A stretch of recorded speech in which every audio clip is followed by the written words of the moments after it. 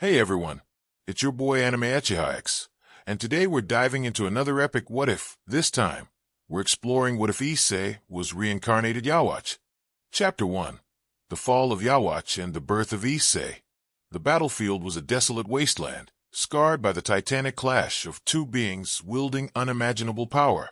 The air was thick with spiritual pressure, the ground cracked and scorched beneath their feet. Above, the sky churned violently, reflecting the chaos below. Yhwach, the Quincy King, stood tall despite deep gashes across his armor-like skin. His once pristine white robe was torn, soaked with his own blood, a rare sight from the immortal monarch. Opposite him, Ichigo Kurosaki breathed heavily, his clothes tattered, a deep cut running from his left shoulder down to his ribs, blood flowing freely. Yhwach, grinning cruelly. You fight fiercely, but even your deepest wounds are mere scratches to me. He swung his hand forward, sending a deadly wave of racial energy toward Ichigo. Ichigo barely dodged, feeling the wave scorch the air where he stood moments before. Ichigo, gritting his teeth. Maybe, but it's enough to keep me standing. Ichigo charged, swinging his Zanpakuto in a powerful arc. Their blades clashed, sending sparks and shockwaves through the air. Yhwach countered with an overhead strike that split the ground where Ichigo had been standing seconds earlier. The fight escalated in speed and ferocity. Ichigo slashed a deep wound across Yhwach's side, the Quincy King growling in pain but refusing to falter. Yhwach, voice strained. Such resilience. You are more than I expected. Ichigo, blood dripping from his cuts, felt his power surge anew, fueled by the countless lives Yhwach threatened. With a roar, Ichigo unleashed a flurry of strikes, slicing Yhwach's chest open, revealing the pulsing core of his Quincy power. Yhwach, eyes flashing with shock and fury. You dare wound your god. Yhwach tried to counterattack, but Ichigo was faster. With a final cry, Ichigo drove his Zanpakuto through Yhwach's heart. The Quincy King's body convulsed violently, a roaring explosion of energy erupting outward. Yhwach, voice breaking, fading.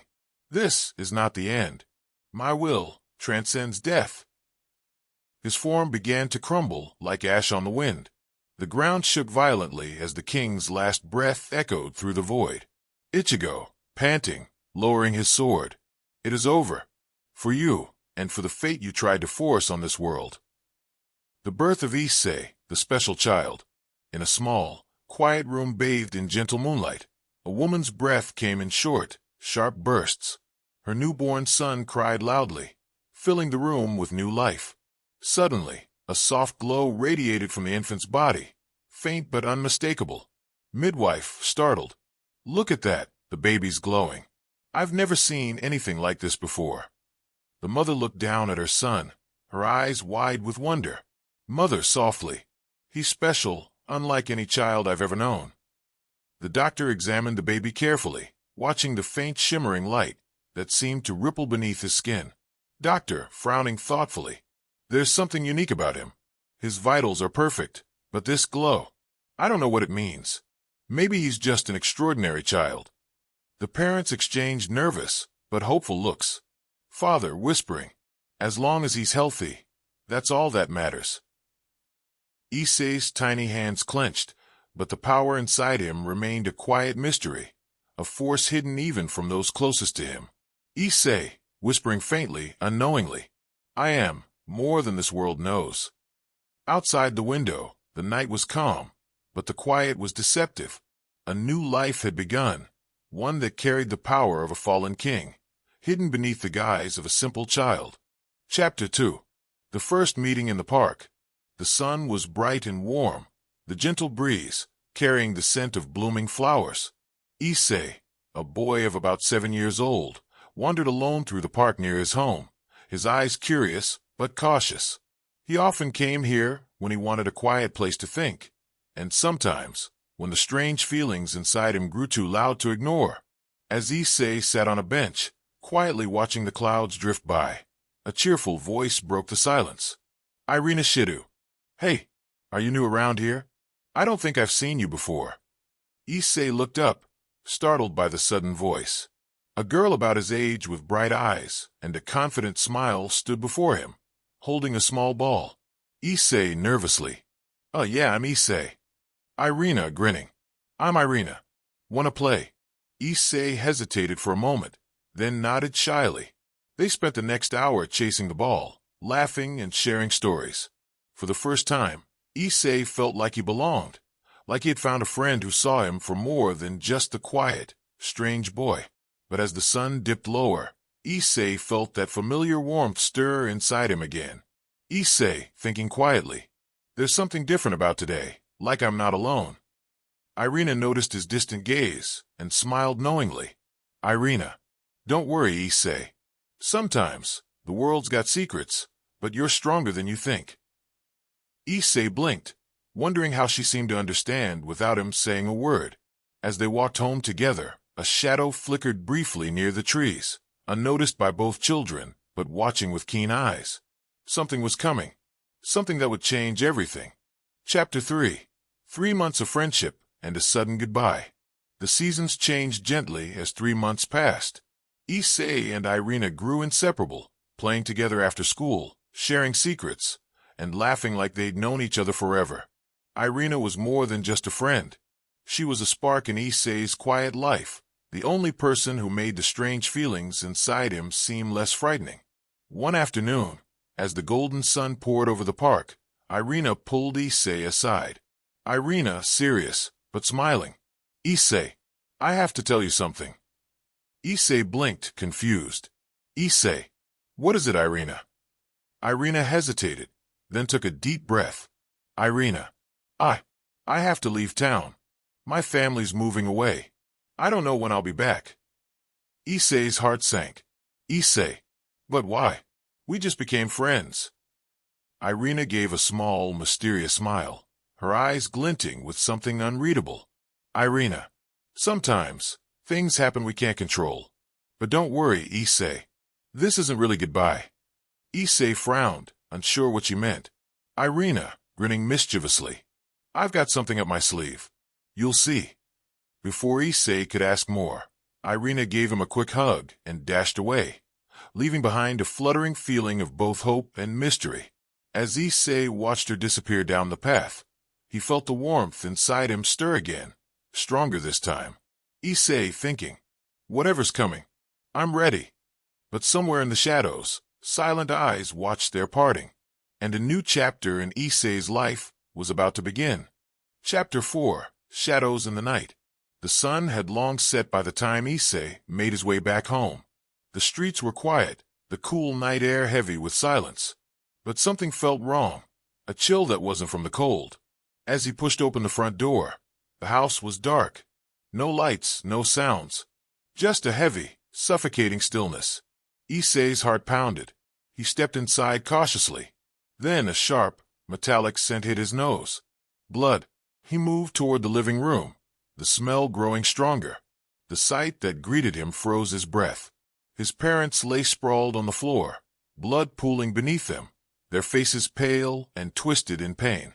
His father gripped a shotgun tightly, aiming it at a shadowy figure lurking nearby, a rotting demon with eyes like burning coals, claws dripping with fresh blood. Father, gritting his teeth. "Stay back, damn it. I won't let you take my family." Issei's mother tried to crawl toward him, weak but desperate. Mother whispering, "Issei, run please." His father fired. The shotgun blast roared through the room, but the demon only snarled, the shot grazing its skin as if it were nothing more than a scratch. The creature lunged forward, claws swiping through the air. His father grunted, struggling to keep the monster at bay. Father, voice breaking. "This can't be." Issei felt something ignite deep within him, a burning fire of rage and fear unlike anything before. Issei, voice trembling, but fierce. "Get away from my family." But the demon turned toward him, eyes blazing, a twisted grin spreading across its face. The night had just begun, and Issei's life was about to shatter forever. Chapter 5. The Awakening of Yhwach. The demon's claws slashed through the air like living blades of death. Issei's father gritted his teeth, muscles trembling as he swung the shotgun again and again, but each blast barely fazed the creature. The demon's laughter was low and cruel, a sound that chilled Issei's blood. Demon mocking. You are weak, pathetic. Suddenly, with savage speed, the demon lunged forward, its claws ripping through his father's chest. A sickening crunch echoed as the shotgun slipped from his hands. He collapsed to the floor, blood pouring from the wound, eyes locked on Issei with desperate pleading. Issei's mother screamed, crawling toward him, shaking with terror. Mother, voice breaking. Issei, run, don't look back, please. But before Issei could move, the demon spun toward her, slashing across her stomach. She gasped, collapsing beside his father, her blood soaking into the floor. Issei sank to his knees, trembling, his heart breaking with every ragged breath from his parents. The world seemed to shatter around him. The only sound was the wet, heavy breaths of his dying family, and the demon's low growl. His vision blurred, tears streaming down his cheeks. Issei, choked whisper. No, please, don't leave me. Then, something deep within his chest stirred. A cold fire ignited, spreading quickly through his veins. A voice, deep and commanding, echoed inside his mind, cutting through the agony. Voice calm, powerful. You are not powerless, Issei. You carry my blood, my will. You are the chosen, the rebirth of Yhwach. Issei's body trembled violently as the strange light beneath his skin grew brighter, wrapping around his limbs and burning through the pain. His eyes snapped open, glowing crimson, fierce and unyielding. The demon snarled, sensing the shift in power. It lunged again, claws aimed to finish Issei off. But Issei's hand shot out, glowing with an overwhelming dark energy. From his palm, a swirling, jagged black blade materialized, pulsing with crimson runes alive with power. Issei, voice trembling but firm. This ends here. The demon charged, but Issei didn't hesitate. With lightning speed, he swung the blade in a wide, fierce arc. The air screamed as the blade cut through the demon's chest with burning precision. The demon howled in agony, clutching the deep wound as blood gushed out like a river of fire. But Issei wasn't finished. Summoning every ounce of his power, Issei slammed the blade down again. Energy exploded in a dark shockwave, tearing through the demon's body like a scythe through wheat. The demon twitched weakly, then collapsed into a lifeless heap. Issei stood panting, the black blade dissolving into shadows as his body trembled from the violent burst of power. He looked down at his trembling hands. The power was real, terrifying, but it had saved him. Issei whispering, I did it. The demon was dead, but Issei's journey had only just begun. The night was still, but a storm had awakened inside him. The legend of Yhwach was reborn, and nothing would ever be the same. Chapter 6. Back to normal? The morning sun poured through the tall windows of Kuo Academy, casting long beams of light over the bustling corridors. Students rushed past, laughing and chatting about their weekend plans or upcoming tests. Among them, Issei had moved with quiet purpose, blending seamlessly into the crowd, a familiar face, yet carrying a secret none of them could ever guess. In class, Issei sat between Motohama and Matsuda, two of his closest friends since childhood. Motohama, with his loud voice and boisterous personality, was always quick to crack a joke or start a conversation. Matsuda, quieter but sharp-eyed, often kept things grounded with a straightforward honesty. Motohama, grinning. Hey, Issei, you think you can still beat me in the arcade? You've been pretty quiet lately, man. What's up? Issei turned to him with a small smile, carefully masking the storm inside. Issei softly. Just tired, I guess. Maybe I'm not as good as I used to be. Motohama scoffed dramatically, earning a laugh from Matsuda. Matsuda, smirking. Don't sell yourself short. You're still the same Issei who beat us both last month. As the teacher began the lesson, the three friends settled into their seats. Issei's gaze drifted out the window to the trees, swaying gently in the breeze. Everything looks so normal, so peaceful. But it's not. He remembered the night that changed everything. The blood, the screams, the cold power that surged through his veins. His parents' desperate faces haunted him still. He clenched his fists under the desk. No one here could understand what he had been through. During lunch, Motohama nudged him again. Motohama, curious. So, What really happened with that demon you told us about? You said it disappeared, but it looked serious. Issei took a deep breath, swallowing the truth. Issei calm, but distant. Yeah, it just vanished. I guess it ran away when things got tough. Motohama frowned. Motohama. Man, that's not like you. You sounded scared. Issei looked down at his tray, the cafeteria noise fading into the background. If only they knew. If only they understood that demon was dead, because I killed it. With power I don't even fully understand. He forced a laugh, meeting Motohama's eyes. Issei, don't worry about it. It's all behind me now. Matsuda leaned forward. Matsuda, you sure? You've been different since then. Issei nodded, swallowing hard. Issei, I'm fine. Just tired. The bell rang, breaking the moment. As the students rose and filed out, Issei glanced back at his friends. For their sake, and his own, he would keep the truth buried. Chapter 7, The Fake Love Begins. It was just another normal day at Koho Academy.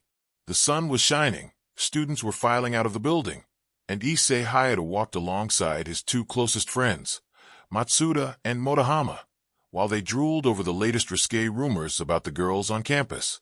Hey, I heard the student council president wears nothing under that skirt of hers. Motohama whispered.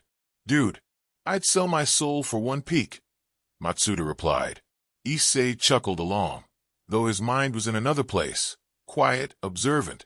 Ever since the night of the attack, ever since his powers began to awaken, he'd started to sense things others couldn't. Darkness, twisted intentions, things that clung to certain people like a shadow. That's when it happened. Issei-kun.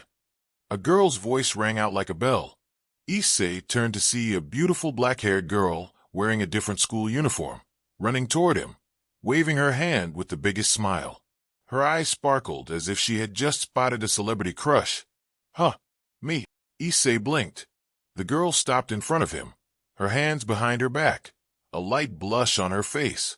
My name's Yuma Amano, and I know this might sound sudden, but I've had a crush on you for a while. Will you go on a date with me? The hallway outside the school froze. Matsuda and Motohama's jaws hit the ground. You lucky bastard. Issei's eyes narrowed for a brief second. Her energy, it was off. The smile was too polished, too practiced. And her uniform. He'd seen someone in that same style earlier, talking to a strange man with crimson eyes near the alley by the station. Something was off. But he didn't need his almighty ability to sense it. A lie, a sweet, well-practiced lie. Still he smiled. Sure, he said, surprising even his friends. Why not? Sounds like fun. Yuma beamed. Yay. I'll see you tomorrow then, Issei-kun. The date, a trap in disguise. The next day came quickly. Issei dressed casually but smart. A clean hoodie, jeans, and a little cologne just for effect. He met Yuma at the plaza, and they went all over town. Arcades, crepe stands, the shopping street. She laughed at his jokes, clung to his arm, and acted like she was falling deeper in love with every passing minute. Issei played the part well. He laughed, smiled, even bought her a cute red hair bow when she admired one in the window. You didn't have to, Issei-kun, she giggled, putting it on and twirling. It suits you, he said calmly, watching her eyes. She leaned close. You're sweet. You're really different from what people say. Line number 4, Issei thought. You're not even human, are you? The park, where the curtain falls. The sun was now a glowing red disk, sinking into the horizon as they arrived at the park. Yuma stood in front of the fountain, holding her hands behind her back again, swaying playfully. The air had grown quiet, unnaturally so. Issei stopped walking, his face hardening just a bit. This is where it ends. Hey, Issei-kun, she said in a low voice. Can I ask you for a little favor? He raised an eyebrow. Depends. Would you die for me? Black wings exploded from her back. Issei didn't flinch. I was wondering when you dropped the act. Chapter 8, Blue Blade, Crimson Blood. The park was silent. The wind didn't move. The birds were gone. The air had the heavy taste of death. Black wings unfurled behind Yuma Amano, casting long shadows across the stone tiles. She stood there in a skin-tight leather outfit, her voice dripping with venom. TCH. So, you knew the whole time, Issei Hayato. Issei's expression didn't change. His eyes remained calm, too calm. Not the whole time, he said, stepping slightly to the side. But I didn't need to. Your aura smelled rotten. Rainier, her true name, grinned wickedly. You were marked as a threat. I didn't know why, but I see it now. Without warning, a light spear materialized in her hand, glowing with holy energy that hummed like an angry wasp. Die for me, insect. She hurled the spear like a bolt of divine wrath. But it never reached him. In one swift motion, Issei raised his hand, his palm glowing a deep, ominous blue, and the energy around him warped, condensed, and exploded into a radiant blade made of raw spiritual energy. The blue blade, forged from the fragments of the Almighty within his soul. Clang! The light spear shattered against the edge of the blade, scattering sparks like shooting stars. Rainier's eyes widened. You can manifest. You're not supposed to. Issei's eyes glowed faintly. You tried to kill me. That was your last mistake. He lunged. Their blades met in the middle of the park with a sound like thunder, his glowing blue energy blade clashing against another summoned light spear. The concrete beneath their feet cracked with every impact. Slash, dodge, swing, parry. Their movements were so fast, the human eye would barely track them. Each strike came with murderous intent. Rainier screeched, summoning 2 more light spears and throwing them in rapid succession. Issei dodged the first, blocked the second, but the third grazed his shoulder. Blood sprayed across the sidewalk. But he didn't cry out. He didn't even flinch. Instead, he stepped in, too close, and drove the hilt of his blade into her gut, sending her flying back against a tree. Rainier gasped, coughing up blood. What are you? Issei walked forward slowly, his blade humming at his side. I don't know yet, but I'm not weak, and I'm not prey. Rainier's wings flared open, her aura exploding outward. Her eyes burned with fury. I'll tear you apart. She launched herself at him again, diving down from above with twin spears aimed at his heart. But this time, Issei closed his eyes, and the world slowed. See everything. The Almighty activated, for a brief moment. In that moment, he saw every path she could take. He stepped left, pivoted, raised the blade, and slashed. Shing! A deep cut ripped across Rainier's chest, blood spraying across the dirt as she screamed in agony. Crashing to the ground, writhing. Her spears vanished. Her power dimmed. Her body trembled. This isn't fair. I was supposed to. Issei stood over her, blood dripping from the tip of his blade. He didn't finish her. Not yet. You came here to kill me, but I was already born to fight. You lost the moment you pulled that spear. And with that, he turned away. Rainier lay broken in the dirt, her eyes filled with terror, not of death, but of what he really was. If you want to see what happens next, make sure to subscribe and hit that notification bell so you don't miss any updates. And hey, if you have friends who love what-if scenarios like this or are fans of anime like Yhwach, tell them about the channel. Let's grow this community and explore these stories together. Stay tuned for the next part of What If Issei Was Reincarnated Yhwach, and many more adventures to come.